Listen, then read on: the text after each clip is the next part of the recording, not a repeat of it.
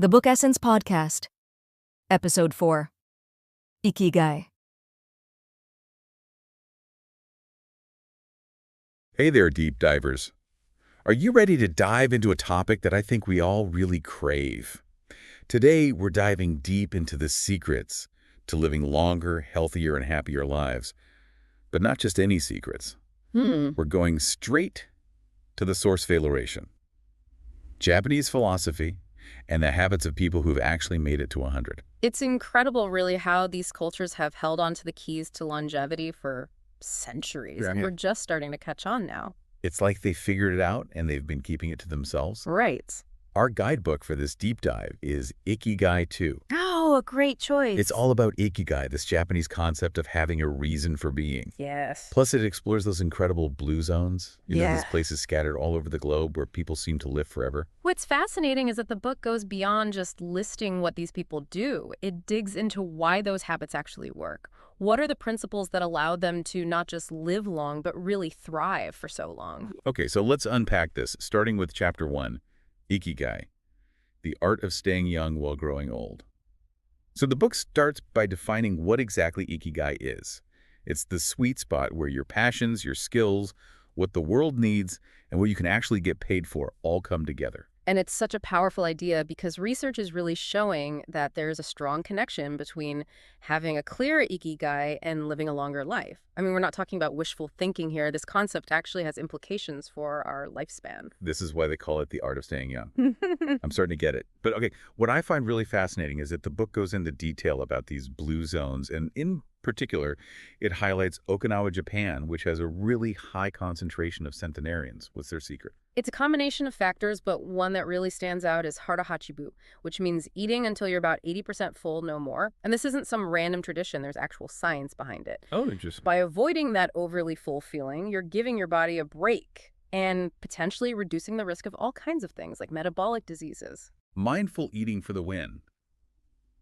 But what about the food itself? I'm ready to revamp my grocery list. What are we talking about here? Well, get ready for lots of tofu, sweet potatoes, and green tea. But it's more than just what they eat, it's their whole lifestyle.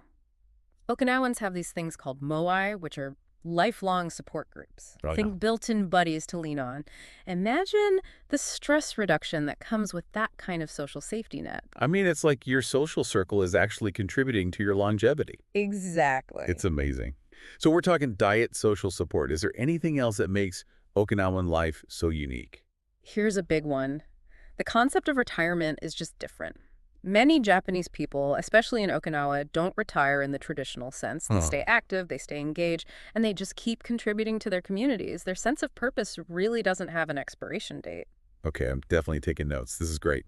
Chapter 1 sets the stage beautifully. Yeah. But Chapter 2, anti-aging secrets. Little things that add up to a long and happy life. Yes. This is where I'm really hooked. I Yeah. need all the secrets. Well, get ready for this one. They throw out this wild concept called aging's escape velocity. The idea that someday technology could let us add years to our lives faster than time passes. Whoa, hold on. Are we talking immortality here? Even if that's way in the future, I'm intrigued. Right. It's definitely some sci-fi stuff. But putting immortality aside for now, the book makes this really compelling point about how important an active mind is for longevity. Okay. Think about learning a new language, picking up a musical instrument, having stimulating conversations. It's like a workout for your brain. So all those hobbies I've been putting off are actually anti-aging strategies. Pretty much. I like it. I'm curious, though, how does that actually work? Does the book go into the science of that? It does. It mentions this neuroscientist named Shlomo Bresnitz, who really emphasizes the importance of breaking routines to challenge your brain. It's like when you're learning something new, you're forming new connections, new pathways, and that helps maintain your cognitive function as you age. Wow. Okay, so learning new things isn't just fun, it's like brain protection. Exactly. I have to ask, though, what about stress? I feel like we're constantly bombarded with things, and it's a recipe for a meltdown. You're hitting a major point here. The book dives deep into this and explains how chronic stress can actually accelerate aging. Really? And there's a biological reason for it. You see, our chromosomes have these protective caps called telomeres. Okay. Think of them like the plastic tips on shoelaces. Every time a cell divides, those telomeres get a little shorter. Interesting. Now, stress speeds up the shortening process, Oh, no. meaning your telomeres wear down faster, and that's linked to a bunch of age-related issues. So it's not just me being dramatic. Stress actually ages us on a cellular level. That's terrifying. It's rare. But is all stress bad? I mean, sometimes it pushes you to do things right. You're right, not all stress is bad. The book actually clarifies this point and explains that those small amounts of stress, the kind that challenge us, can actually be beneficial. Okay. They highlight this study by Dr. Howard Friedman, who found that people who are really engaged in their work and love what they do actually tend to live longer. Interesting. It's about finding that balance between being challenged and being overwhelmed. So it's not about becoming a Zen master and being totally unfazed by everything. Right. It's about finding that level of stress that motivates you but doesn't burn you out. Yeah. Got it. Speaking of things that are bad for us, the book talks about living a sedentary lifestyle, right? It's a huge issue, and the book doesn't sugarcoat it. I sit at my desk all day. Sitting for long periods is linked to all sorts of health problems. They actually call it the sitting disease, which is scary. It is. But they offer some simple solutions.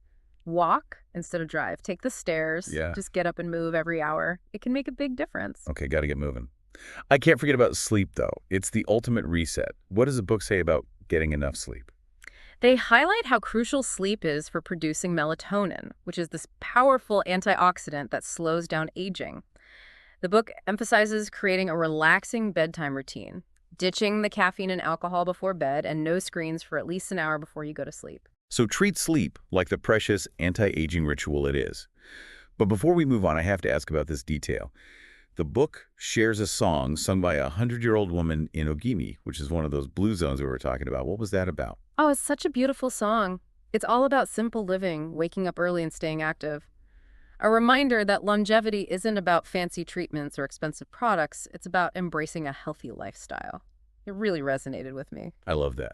Okay, so we've got our brains working, our bodies moving, our sleep schedules optimized. What's next on our journey to longevity? Well, now we delve into the power of purpose. Chapter 3. From logotherapy to Ikigai. How to live longer and better by finding your purpose takes us into the world of Viktor Frankl, a psychiatrist who survived the Holocaust and developed a therapy all about finding meaning in life, even in the face of unimaginable suffering. That's intense. How does that tie into living longer? Frankl believed that having a reason to live, a why, helps people endure hardship. And research shows that there's a direct link between having this sense of purpose and longevity.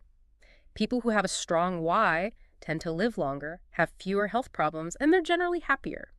It's like having this internal motivator. So finding your purpose isn't just about feeling good. Yeah. It impacts your health and lifespan. I mean, that's amazing. But wasn't Frankl all about focusing on the future and not dwelling on the past? That's right.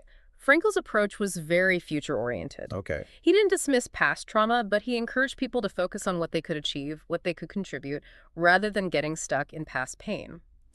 He had this great quote, "He who has a why to live can bear almost anyhow. It's about finding that driving force that helps you overcome obstacles." I love that quote. So logotherapy is about finding your why. But does the book give any real-life examples of how that plays out? It shared some really compelling case studies. One that stood out to me was about a diplomat who came to Frankl feeling really unfulfilled. Frankl helped him realize that his unhappiness stemmed from being misaligned with his true calling. And once he found a career path that matched his purpose, he was finally happy. So it's like he was living someone else's life. Finding his why helped him become his true self. Exactly. And there's another story about a mother who was contemplating suicide after the loss of her child. Frankl helped her see that her purpose lay in raising her other child. That shift in perspective, focusing on her why, gave her the strength to keep going. Wow, those stories are powerful. They really show how transformative finding your purpose can be. But not everyone goes through those kinds of extreme experiences. What about just the everyday struggle of finding your purpose? I mean, sometimes you just feel lost. The book addresses this. It talks about existential frustration, those feelings of emptiness that come from lacking meaning.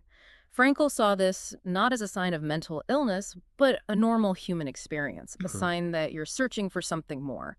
He even had a term for those Sunday night blues, Sunday neurosis, which described that feeling of dread you feel when you're facing another week of work that isn't fulfilling. Interesting. So my Sunday night blues are actually a sign that I need to dig deeper and find my why. It's a possibility. But is there another way to deal with that feeling? I mean, you can't just quit your job and follow your passion every time you feel lost, right? You're right. The book introduces a Japanese therapy called Morita therapy, which emphasizes accepting your emotions, not trying to change them, and taking action based on your values regardless of how you feel. So even if I'm feeling down or lost, Mm-hmm. I can still take steps towards a more fulfilling life. It's not about waiting for the perfect feeling. It's about taking action. You got it. It's about focusing on what you can control, even when you're feeling uncertain. This is fascinating. I'm definitely going to be exploring my own Ikigai after this. But before we get too deep into my existential crisis, what's next? Well, now we're getting into the flow state. Yeah. You know that feeling of being totally absorbed in what you're doing where time just melts away?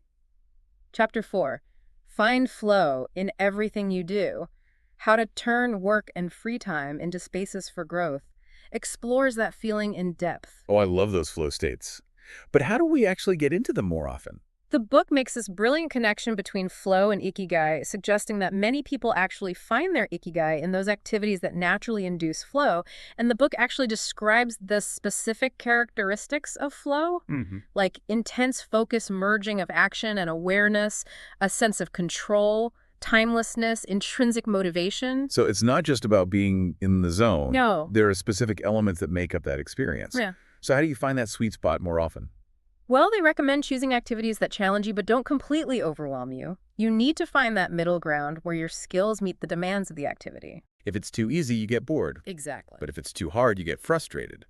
Makes sense. But does the book offer any practical tips for getting into flow more often? It does. It encourages setting clear goals, eliminating distractions, and even creating a ritual to help you transition into that flow state more smoothly. So it's like setting the stage for performance for your mind. I like that. And maybe most importantly, it emphasizes enjoying the process itself, not just focusing on the end result. It's about finding joy in the act of creating, learning, whatever it is that brings you into flow. So it's not about the destination, it's about the journey. Exactly. But what about those times when we're not in flow? Like when we're just scrolling through social media or binge watching TV. The book talks about that, right? They call that being out of flow, and it's a big deal. Studies have shown that too much passive leisure is linked to unhappiness and can even shorten your lifespan. Yikes. Maybe it's time to ditch the endless scrolling and find some flow-inducing activities. But before I do that, the book has a great example of flow in action, right? Yes, they interviewed this renowned chef who completely loses himself in the art of cooking. It's his passion, his Ikigai, and it keeps him energized and engaged even after all these years. It's a beautiful example of how flow can lead to a fulfilling life. Wow, that's inspiring. Okay, so we've explored Ikigai stress management, the power of flow. Now I'm dying to hear from the people who are actually living these principles. The book takes us to Okinawa to meet them, right? Absolutely. Chapter 5, Masters of Longevity, Words of Wisdom from the Longest Living People in the World, takes us to Ogimi, the village of longevity, to hear from the people who live there. Amazing. What were some of the common themes that emerged from those interviews? Strong sense of community, an active lifestyle, and a really positive outlook. Okay. These people prioritize connections, staying active, and maintaining a really positive mindset. So it's not just about diet and exercise. It's about cultivating a supportive community, staying engaged with life, and just having a positive outlook. Exactly. And the book actually distills their wisdom into some really actionable advice that we can all benefit from. Stay active, find your Ikigai, cultivate meaningful relationships, and live with a relaxed mindset. Those sound like solid principles. Mm-hmm. But did they share any specific quotes or insights that really resonated with you? I love a good quote. One centenarian said, "Don't worry too much." Another one emphasized, "Eat and sleep well, and you'll live a long time." And my favorite, "Always be cheerful." There's so much wisdom in those simple statements. I love how straightforward and practical their advice is. It's not about complicated formulas or expensive treatments. It's about embracing a simple, mindful, and joy-filled way of life. And what's so fascinating is that similar lifestyles are found in other blue zones around the world. Really? People who live the longest tend to share these common threads: physical activity, strong social ties, a plant-based diet, and a sense of purpose. So it's like they've discovered a universal formula for longevity, and it's all about embracing a way of life that prioritizes connection, meaning, and simple living. You got it. This is incredible. And the book dives even deeper into the cultural wisdom of these centenarians in Chapter 6. All right, let's dive in. What can we learn from those who've really mastered the art of living long and happy lives? Chapter 6. Lessons from Japan's centenarians, traditions and proverbs for happiness and longevity, takes us further into the mindset that shaped their lives. Okay. It's all about those traditional Japanese sayings and philosophies that promote resilient stress management and a sense of purpose. Oh, Proverbs, I love those. One of my favorites is fall 7 times, rise 8. It really captures that spirit of resilience that's so essential for navigating life's ups and downs. It's a good reminder that it's not about avoiding failure. Yeah. It's about having the courage to get back up and try again. And then there's a healthy mind in a healthy body. Yeah. Which emphasizes the connection between our physical and mental well-being. We can't neglect one without impacting the other. So true. And another one that stood out to me was, what you love is what you do well.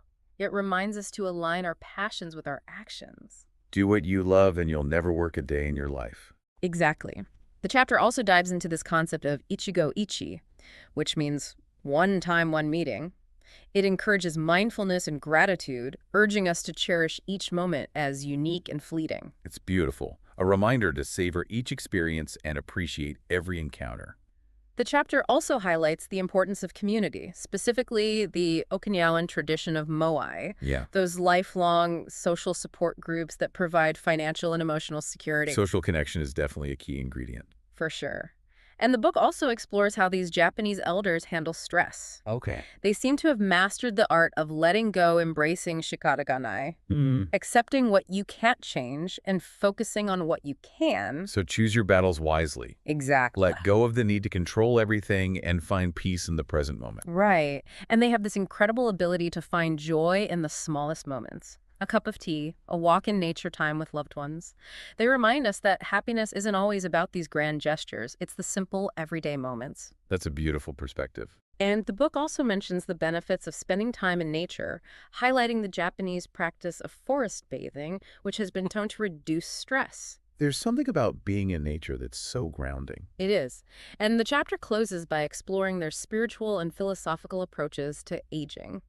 Many practice daily rituals like stretching meditation or prayer, and they seem to embrace the idea of wabi-sabi, which is finding beauty in imperfection. It's about accepting the natural cycle of life. Yes. The beauty and the wrinkles and imperfections that come with age. Letting go of the need for perfection and embracing the present moment just as it is. I love that. It's a refreshing perspective on aging. Speaking of embracing the moment, I'm ready to dive into the Ikigai diet. I love food, so I'm really curious to learn what these centenarians are eating. Let's go to the kitchen. Chapter 7. The Ikigai diet, what the world's longest living people eat and drink, is all about Okinawa's culinary secrets. Okay, tell me everything. I'm ready to revamp my grocery list. Well, the Okinawan diet is primarily plant-based, loaded with antioxidants, and focused on moderation. Moderation, that seems to be a common thread in all of this. It definitely is. And they practice hara-hachibu. Yeah. Remember eating until you're about 80% full. Yes. It's a powerful way to prevent overeating. It's about listening to your body's cues. Exactly. But what are they actually eating? Give me the details. Well, vegetables are a huge part of their diet. Okay. Especially green and yellow veggies. They love bitter melon, which is known for its antioxidant properties. Bitter melon, huh? I'm not sure I've ever had that. I'll have to try it. What else? Sweet potatoes are another staple food. Okay. They're packed with fiber vitamins and slow-releasing carbs, so you get sustained energy without the sugar spike. So nature's perfect energy bar. That's it. And for protein, they rely heavily on tofu and other soy products. They also eat seaweed regularly, which is full of minerals and antioxidants. I'm a big fan of seaweed. It's so versatile. They also eat fish a few times a week for those omega-3 fatty acids. And of course, they drink tons of green tea and jasmine tea, both loaded with antioxidants. Okay, so mostly plants, a little fish, and lots of tea. What about all the processed food that's everywhere these days? Is that part of the Okinawan diet? Traditionally, no. The Okinawan diet was all about whole natural ingredients. But unfortunately, Western influences have introduced more sugar and processed foods, which has led to a decline in health among younger generations. It's interesting how sometimes the simplest, most traditional ways of eating are actually the healthiest. But what about the way they eat?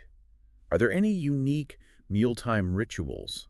They tend to eat small portions on multiple plates. Oh, interesting. Which naturally encourages you to eat mindfully.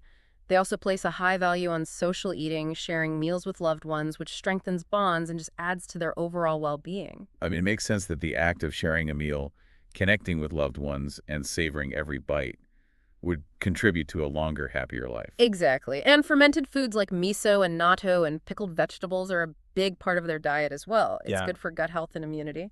Fermented foods are so good for you. What about their drinking habits? Do they drink alcohol? They drink a lot of tea, but they also enjoy alcohol in moderation, occasionally indulging in awamori, which is a rice-based liquor during social gatherings. It's about balance, right? Enjoy those little indulgences in moderation as part of a healthy and vibrant lifestyle. Exactly. The Okinawan approach to food is such a great example of how a simple, mindful, and traditional diet can contribute to a long, healthy life. Definitely taking notes on this one. I'm feeling inspired to try some of these dietary principles myself. But food is just one piece of the puzzle. What about exercise? What's the secret to staying active as we age? Chapter 8. Gentle Movements, Longer Life Exercises from the East that Promote Health and Longevity explores just that. And you might be surprised to hear that Okinawans don't exactly hit the gym. Instead, they stay active through everyday activities like gardening, walking, cooking, and continuing to work into their later years. Interesting. So it's about integrating movement into their daily lives. Yeah, exactly. They prioritize low-intensity, consistent exercise, which helps maintain their mobility, their flexibility, their muscle strength, reduce the risk of chronic illnesses, and boost their mental and emotional well-being.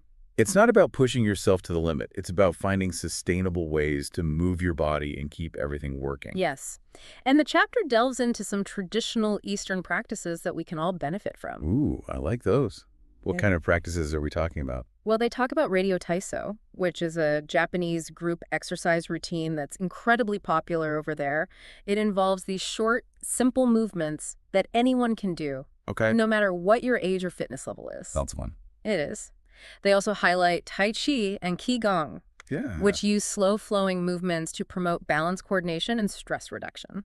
I've always wanted to try Tai Chi. You should. It looks so peaceful. It is. And of course, yoga and stretching are fantastic for flexibility, posture, and relaxation. I love yoga. And they introduce this concept of Ikigai walks, which are essentially mindful walks, often done in nature, that enhance both mental and physical well-being. Walking is such a simple and accessible form of exercise. And even better when you're surrounded by nature. Absolutely. And the book highlights the benefits of walking for longevity specifically. It's a natural, low-impact movement that you can easily incorporate into your everyday life. It's a great way to clear your head and get some fresh air. Before we move on to the next chapter, I want to talk about posture. The book mentions that, right? It does. Maintaining good posture is incredibly important. It not only makes you look and feel more confident, it also helps prevent aches and pains. Oh, I need to work on my posture. It's so common these days with all the sitting we do. But what about breathing techniques? The book talks about those too, right? Absolutely. Practices like diaphragmatic breathing, which is a technique you find in yoga and Qigong, help reduce stress, increase oxygen flow, and promote relaxation. They seem so simple, yet so powerful. They are. And the book encourages a balanced approach to exercise. It's not about punishing yourself with intense workouts. It's about finding activities that you enjoy, moving your body regularly, and listening to your body's cues. It's about making movement a natural and enjoyable part of everyday life. I love that. Okay, so we've covered food movement, social connections, and a positive mindset. What else can we learn from these centenarians? Well, now we're going to explore the realm of resilience. Chapter 9, Resilience and Wabi-Sabi. How to face life's challenges without letting stress and worry age you is all about the mental and emotional strength that helps these people navigate life's inevitable challenges. Resilience is so important, especially as we age. I'm ready to learn their secrets. The book introduces some fascinating Japanese concepts that help explain their approach to resilience. One is wabi-sabi, the art of embracing imperfection and finding beauty in simplicity. I've heard that term before. It's about appreciating the imperfections and seeing beauty in the natural aging process, right? Exactly. It encourages mindfulness, gratitude, and finding joy in simple things, even when things are tough. A beautiful way to look at life. Right. It's about letting go of the need for everything to be perfect and finding peace in the present moment. But what happens when things get really tough? I mean, life throws some curveballs sometimes. How do these centenarians cope? Another concept they embrace is gaiman, which is this Japanese value of enduring hardship with patience and dignity. It's about cultivating inner strength and responding to challenges with grace. So it's not about suppressing your emotions. It's about finding healthy ways to process them. Exactly. The book explains how Japanese centenarians cope with stress. Okay. They practice mindfulness, they stay present, they avoid unnecessary worry, and they focus on what they can control, embracing shikatagane. That acceptance of what can't be changed. Right. It's choosing your battles and recognizing that some things are beyond your control, But how do they manage to stay so positive through all of that? Yeah. They find joy in those small everyday moments. A sunset, a cup of tea time with friends. They savor those simple pleasures. It's a beautiful reminder that happiness isn't always about those big, extravagant experiences. It's the little things. It is. The book also mentions the benefits of spending time in nature, like the practice of forest bathing. It's true. Nature is powerful. And the book draws a parallel between Japanese resilience and Stoic philosophy.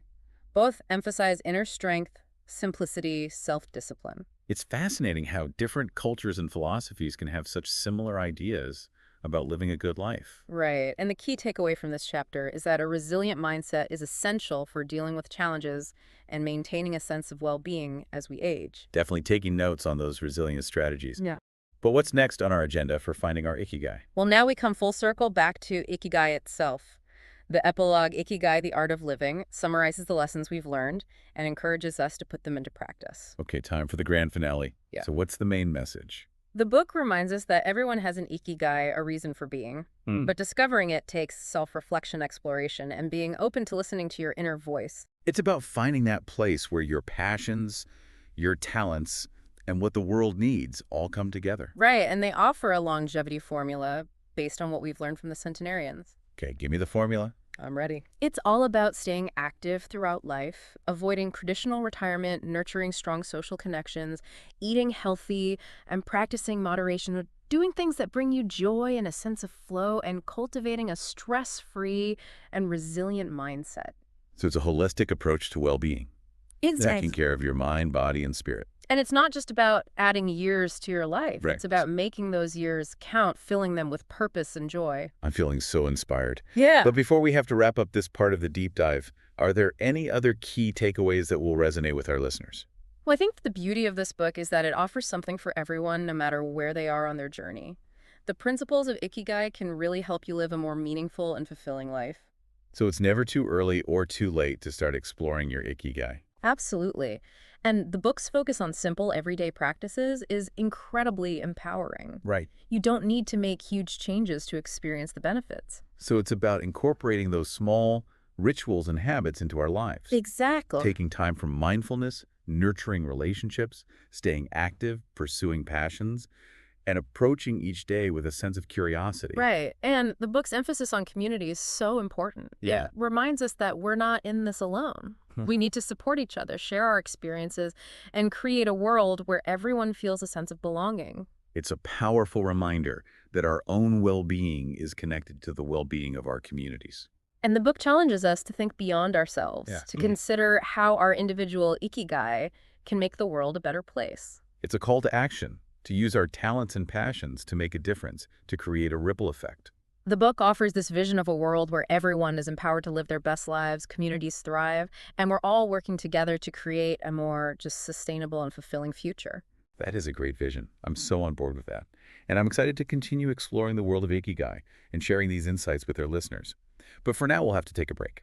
But we'll be back soon with part 2, where we'll delve even deeper into the practical applications of Ikigai. Stay tuned, deep divers, for more insights on how to live longer, healthier, and more fulfilling lives. Welcome back, deep divers. We're picking up our exploration of Ikigai 2, and this time we're getting practical. Yes, we've laid the groundwork, the philosophy, the science, the real-life stories. Now let's talk about how to find our own Ikigai.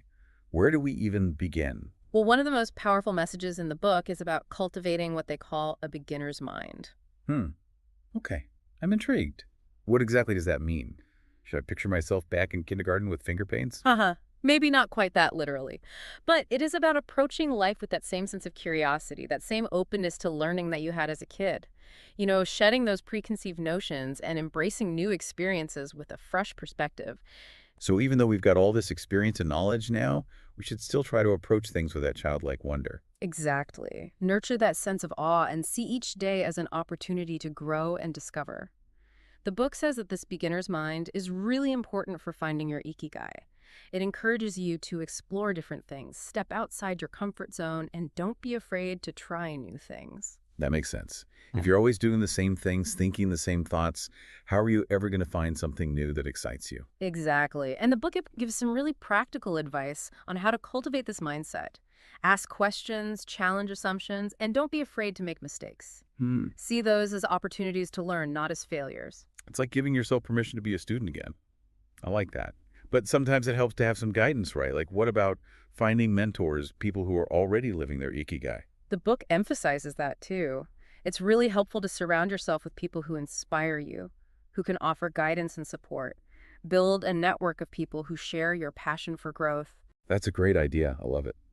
It seems like cultivating a beginner's mind is a good first step towards uncovering our Ikigai. But what happens once you have a sense of what it might be? That's where action comes in. The book makes this really clear. Just knowing your Ikigai isn't enough.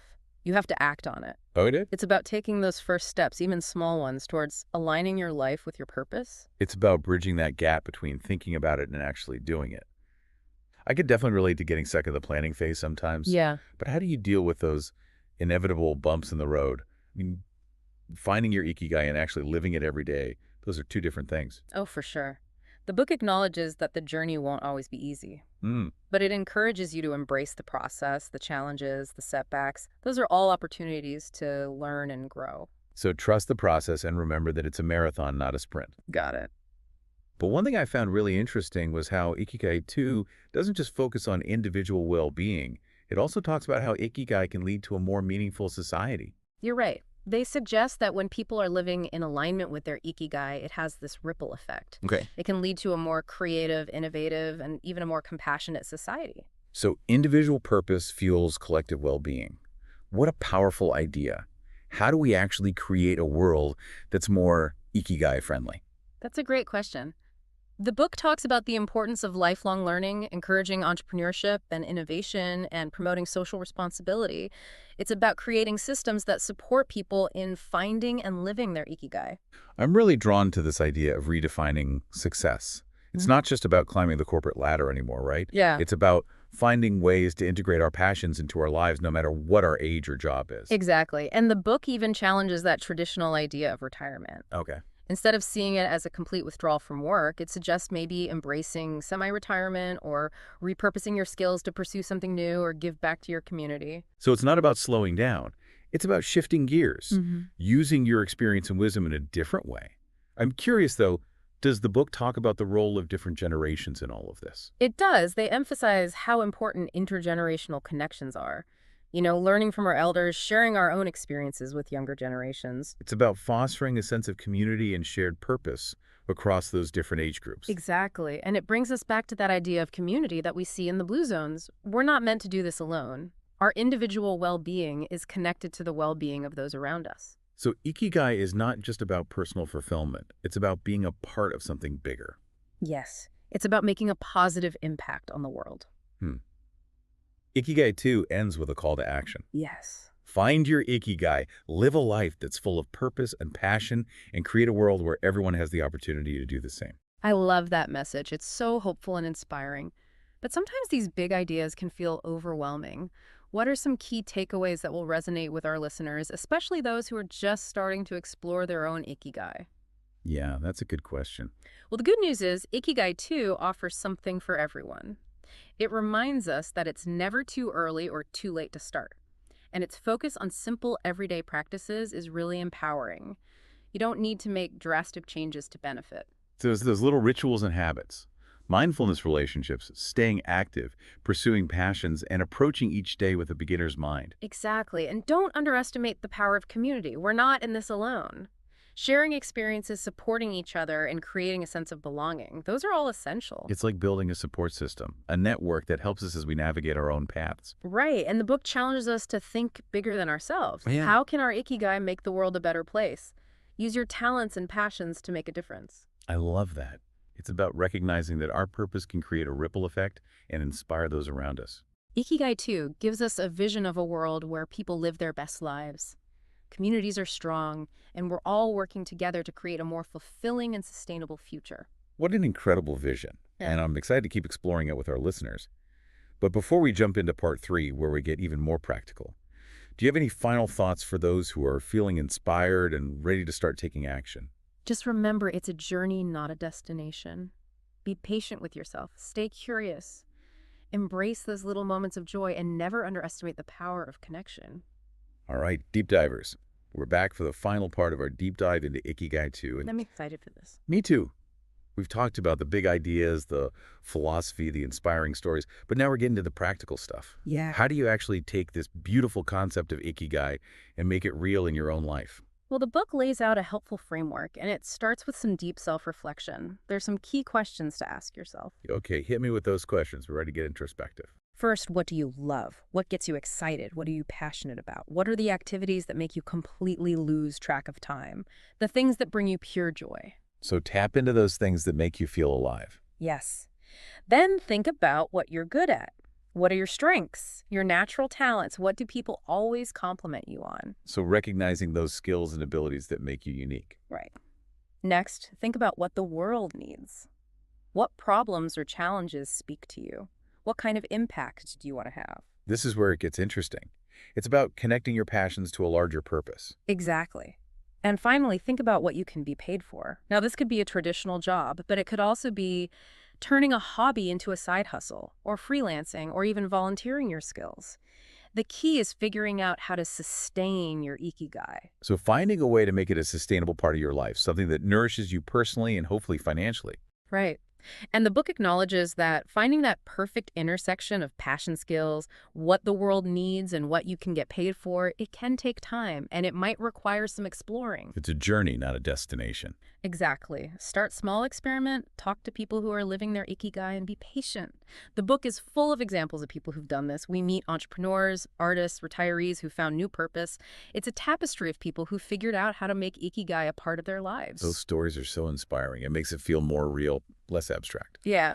But I'm curious about one thing the book emphasizes, that Ikigai isn't one size fits all, right? Yes. It's deeply personal. There's no right or wrong answer, no single path. It's about what works for you. I love that. And what's even better is that Ikigai 2 doesn't just give you these big ideas, it gives you tools to actually help you along the way. There are worksheets, journaling prompts, even a flow tracker to help you pinpoint the activities that get you in that zone. It's like a personalized Ikigai toolkit.